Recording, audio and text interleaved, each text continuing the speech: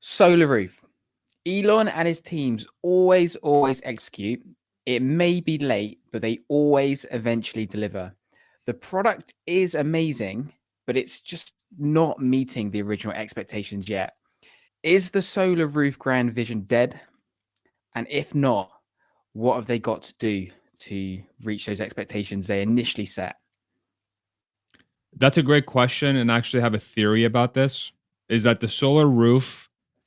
um, the solar roof is being saved, in my opinion, to be manufactured at scale with a product that will be bundled with that solar roof, which I believe is a home, a Tesla home, call it. And so here's why I think that is. With most homes, not really most, all homes, at least here in the United States, and I think it's probably the same exact thing in the rest of the world, unless you live in a brand new, subdivision or something that's brand new in a brand new country or something. Every roof is freaking different, man. Every roof is different, and so the amount of complexity that introduces into a job is insane. There's so much complexity that you have to think about, and so what it does, it makes it complex to tear down a roof and put on a brand new one that's going to be solar roof, because you have to count, you have to account for all the folds, how big the roof is. It just creates complexity. And if there's one thing Tesla hates in the manufacturing process, is complexity. And so if they were in a situation where they could put on roofs on brand new homes that were exactly to spec to their solar roof product, I bet you that thing would be 10 to 100x the production of where it is now, because the bottleneck when it comes to that complexity is the time spent contracting out somebody that's got to come out and do the work to figure out what is needed where. And then you got to ship those parts over. And then you got to have a team that's probably going to be different in every single location that has to figure out how to do that perfectly every single time. Because you do one part of the roof wrong, you got a leak. And that's a problem. So there's a lot of the how do I say this? The chance of failure in its existing form is high, and I think that's what Tesla has learned. And so I think that's why it's been so late and so slow. And that's one of the full self-driving, solar roof are two things. I think two black eyes on Tesla's execution in its past when it comes to things being very late. Doesn't mean that it won't get done. It's just very late. So I think once Tesla figures out the complexity situation, which I believe the best way to solve that is by just if you knew what you were building 100% of the time and it was standardized 100% of the time, you wouldn't have to worry about what to ship. You just ship it, right? And so I think it's going to be paired with either a home, say Tesla partners with, I don't know, D.R. Horton, which is one of the builders out here in the U.S., or Lennar or somebody, like one of these builders. And they say, hey, let's partner on the Tesla spec home. We know exactly what the roof is going to be every single time, and we'll send you guys, 1,000 roof worth of production every single week, and y'all go build 1,000 homes a week, or whatever that is. Or Tesla makes their own home, their own solution, given that you think, what is a house? A house is just walls. It's just walls and a roof, and you got wiring inside, you got insulation. And then this thing could be very well be paired up with, I don't know, an HVAC unit.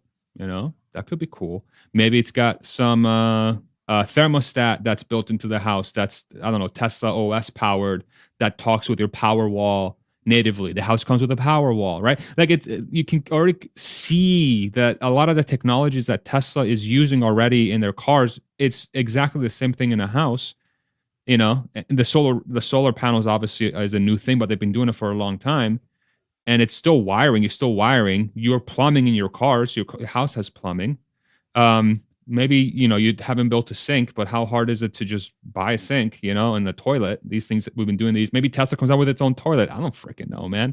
But you can kind of start seeing that a lot of the pieces are there. So I think that's the future of solar roof. I think it's paired with a house. It's standardized to maximize production rate and remove any complexity around putting that roof on the house. That's how I think about it. I could be 100% wrong on this, but if I'm trying to take a first principles approach on how to solve the problem, that's how I would do it. and we'll see if I'm right. What sort of timeline would you give that moonshot? I think we might start hearing about it by 2025. And I think the bot will be part of that story in some way. So do you think Tesla should or will eventually get to a point where they just kind of scrap retrofits? Because obviously they are so difficult, and that probably is where the majority of the bottlenecks next come from. But it's kind of a huge opportunity to do retrofits and would also match Tesla's overall vision, because all these houses would need to be converted, or ideally would need to be converted. I think they will retrofit with the solar panels. And I think they will, because there are a lot of homes in the world, especially in Europe, because Europe is dense, man. You all got time. You got nowhere to put homes anymore. It's like the land is taken up. It's full. So that's a really good question. I do think that they will prioritize new builds.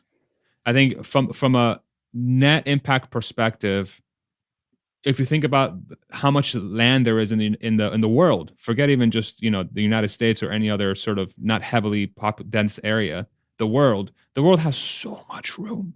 It has so much room, where maybe the solution in places like the UK, as an example, or a lot of Europe where it's really dense, maybe it's a combination of solar panels and then a solar farm somewhere in Europe where you do have a lot of land, or I don't know, a floating freaking barge in the ocean with solar panels. I don't know, but maybe that's the better solution versus spending all that money retrofitting every single roof into a solar roof. Whereas in a place like America or Africa or South America or a lot of Asia, where there's a lot more landmass that's not developed, that's where you do all new builds and you start with the solar roof and you don't have to worry about solar panels. So that's how I think about it. But they could very well do retrofits over time as as the bot becomes more and more plentiful and it knows how to do it, so that you're no longer dependent on a human at each individual location that's going to have its own interpretation of what's needed. You'll have a bot that has a rule set that is standardized, and the bot knows exactly what to order and how to work in that environment with a orders of magnitude less failure rate than a human would. But that might be 10 years away. But maybe under that scenario, retrofit makes sense, because you're taking away the human labor, which would be the most costly part of that retrofit. Yeah. So since Elon Musk got involved with Solar City 10 years ago, 15 years ago, whenever it was, we've had an awful lot of time now for a lot of these problems to be fixed, or solutions to have come up with. What has really stopped that driving force going to the next level? Has it not been a priority? Is there not the ROI there? Or is it just too difficult? Or is it because of this grand vision of a next level product, which is kind of just taking attention elsewhere?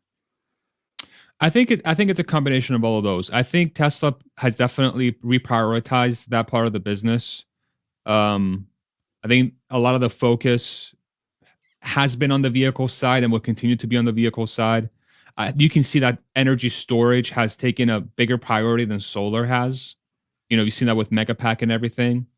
So Tesla's very, I think, intentionally creating a strategy priority, like a priority of strategies that they're going through. I think that on its own will make the ROI on that part of the business much lower, because you're not creating the scale that you need from that perspective. So I think once Tesla decides to make it into a higher priority, once they kind of see it's obvious that the path to their ultimate goal becomes a little bit more clear because of the technologies that are available, then I think they'll start to push it. And you also have to remember that the solar and the battery story really needs to come in a bundle for it to really make sense. For solar roof is you need energy storage to really leverage the electricity at night. Otherwise, you're just wasting a lot of that electricity that you would have generated in the daytime that you can't use at night. So, and that's dependent on the energy storage to be ramped. And so now that the energy storage is being ramped, theoretically, the next step for that for that story is to bring the solar in and start feeding the electricity into the battery. So, and one had to precede the other. So, energy storage is ramping. And then one would think solar and either panels or roof should ramp after that, but it depends. It depends where it is in Tesla's priority. Maybe they're thinking utility levels, utility scale batteries are more important than say residential solar. So, it's tough to see. It's tough to say, and it's still a small part of the business. And I think it hasn't gotten a lot of attention. It doesn't really like all of us forget about it almost. So, yeah, I'm curious to see when Tesla will choose to reprioritize it. It's not like nobody's working on it, but I think they just have bigger fish to fry. And it's an example that, hey, you can't do everything all at once. You still have to build out your teams and get it to be in the right place and get it to a steady state. And it's still kind of a technology that's obviously still in its infancy, because if it wasn't, then we would have solar roof everywhere. So there's clearly still more work to do.